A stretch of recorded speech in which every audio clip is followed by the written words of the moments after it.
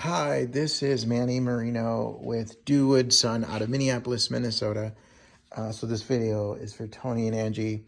Thank you so much for the purchase of this chair. I'm going to spend the next few minutes on this YouTube video kind of walking you through the assembly process, maintenance, stains, paints, and everything you need to know about this chair, okay? So here I go. So first of all, thank you so much, Angie, for the purchase on Etsy. I love doing this stuff. Every chair that I make is custom, unique, and so it's super fun to go back and forth on the style, design, placement, the engraving, even the pick of the font that you got to choose. So every chair I make is very unique and very different and very custom to the folks that I make it for. So thank you so much. So let's talk about the chair. This entire chair is made out of red cedar. So this is important because if you keep it outside, it's perfect, right? So it can get rain, weather, whatever. It's perfect for outdoors, right? It repels water, repels heat, doesn't retain water, it doesn't rot. So that's the great thing about outdoor furniture. It's got to be made out of red cedar.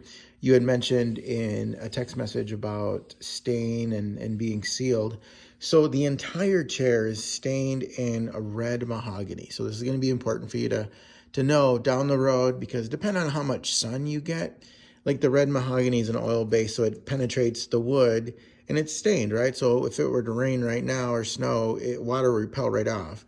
Even the outdoor acrylic paint on the W, it's fine. But, you know, again, with any outdoor furniture that's stained or painted, it's going to fade over time. But no worries, get yourself a can of red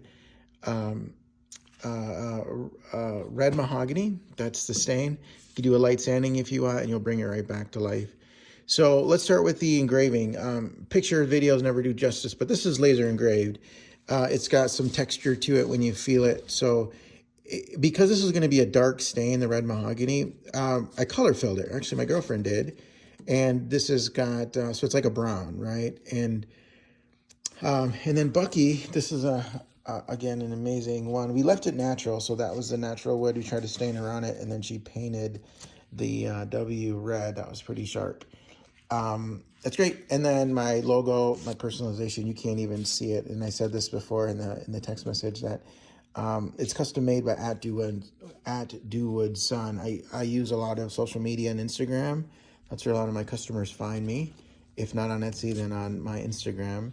But anyway, very subtle. You can't even read it looking away. You can't even tell it's there, but there's my logo right there.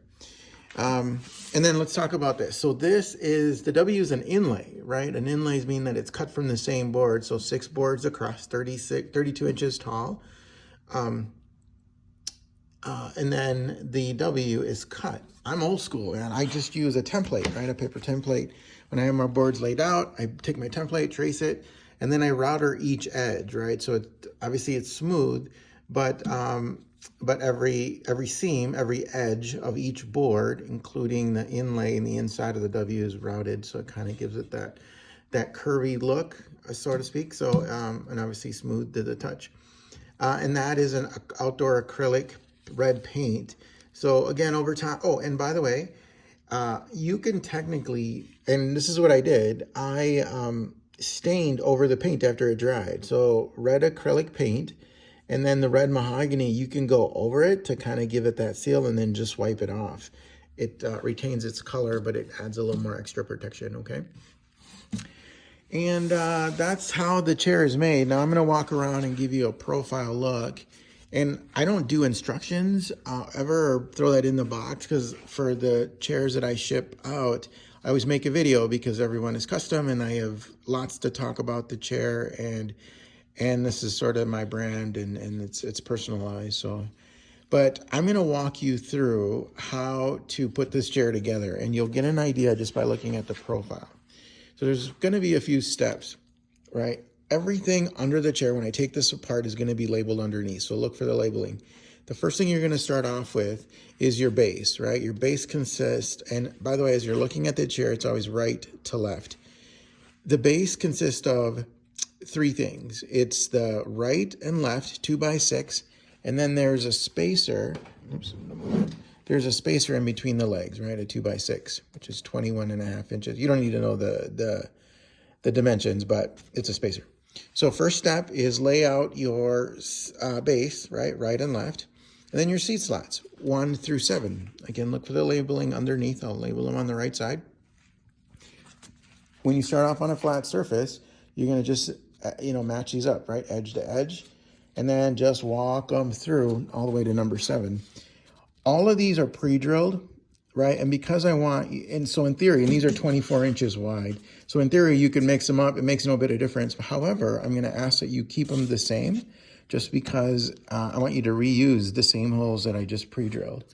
So when you get to number 7, by design, there's going to be a 1-inch gap before the spacer, right? That goes in between the 2x6. It's going to have 2 screws in the back. Now, right now, I have them flush to the outside on the back.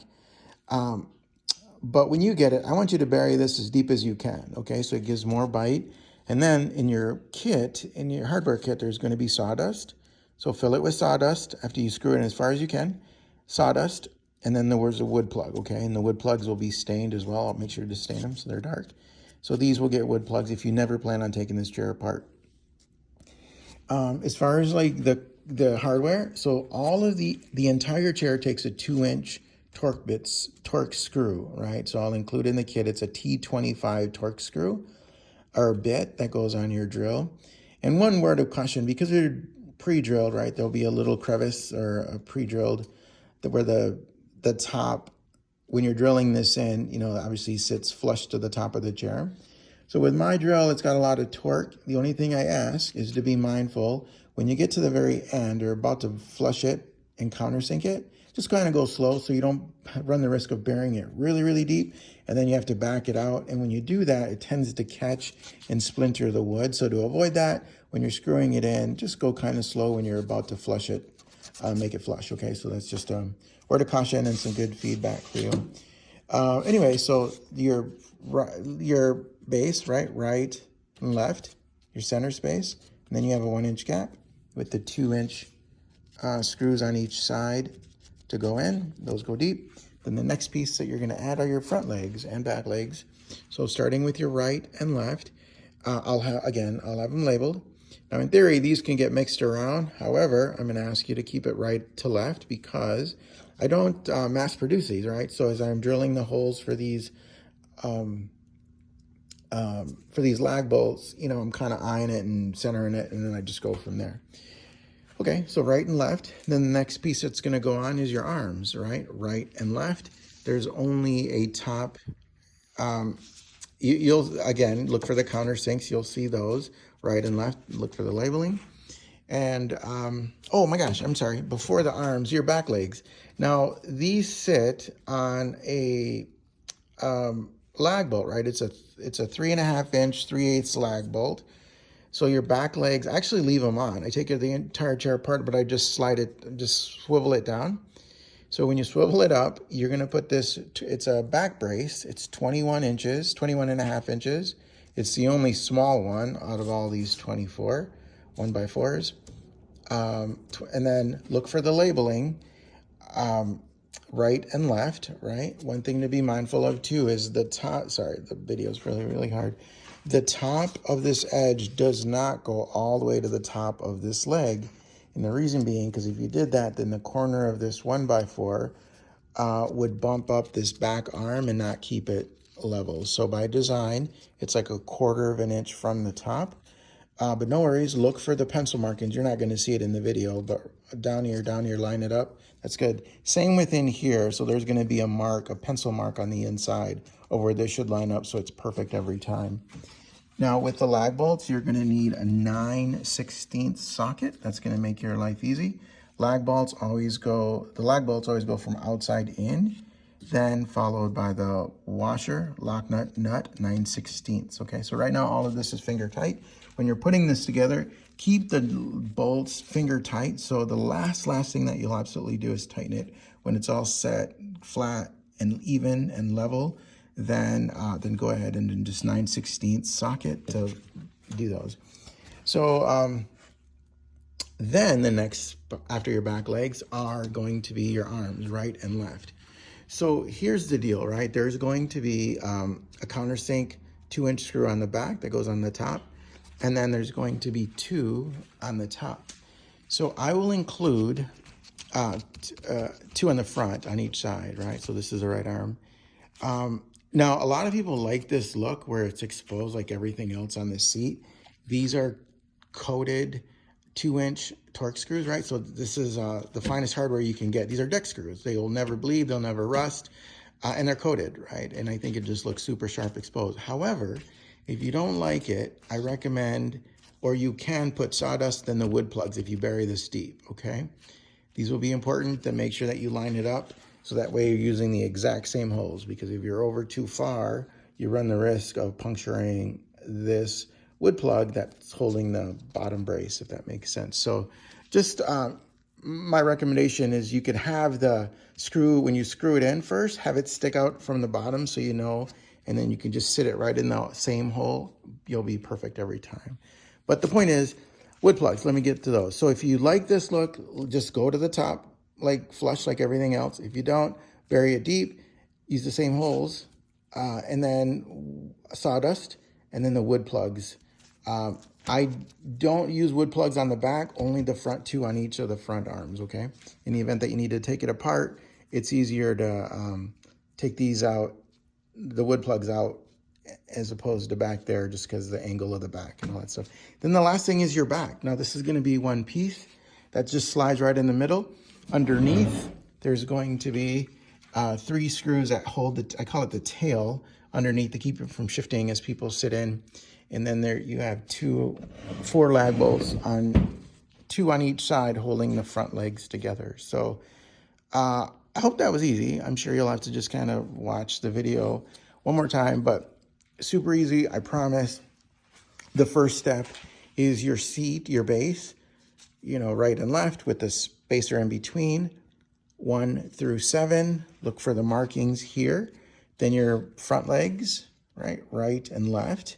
The lag bolts go from outside in, and then washer, lock, nut, 9/16. Next step is your back legs. They're just gonna swivel up as I package it up. And then in between the legs is gonna be this 21.5 back brace. Getting to the back brace. And then next are your arms, your back, and then your back is held secured by these, I think 2, 4, 6, 8, 10, 12 short screws. These are 1 1/4. So now that I remember, I said at the beginning of the video, everything takes a 2-inch. Well, it doesn't. The only one that doesn't is the back, the one that's holding the back to the back, okay? And then one thing of caution too is only run them so deep, like maybe a 1/16 of an inch deeper than this, because the thing you want to avoid is if you go too far in, then you'll rupture the back of the Wisconsin back, and we don't want that. So just be mindful of that, that's all. That's it, that's pretty much it, right? The base, the seat, front legs, back legs, along with the back brace, and then the arms followed by the back. Pretty simple, pretty slick. I love this color, red mahogany with the color blue and the engraved Hoffman. I mean, it's just a gorgeous, gorgeous chair. I will include in your kit not only all the hardware, the drill bit, the T25 drill bit, the wood plugs, some sawdust in case you want to fill those on the top. You definitely need to fill those back. Sorry, you can't see it. Back here.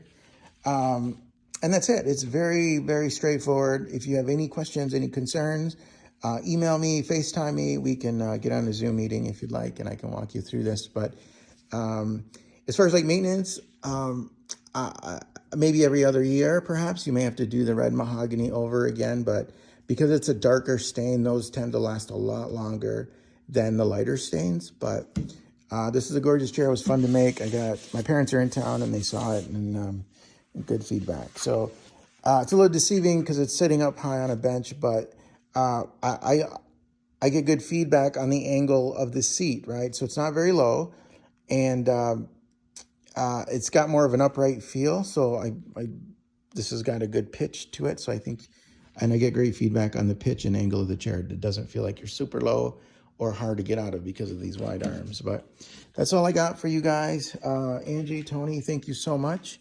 I will include some business cards in your hardware kit.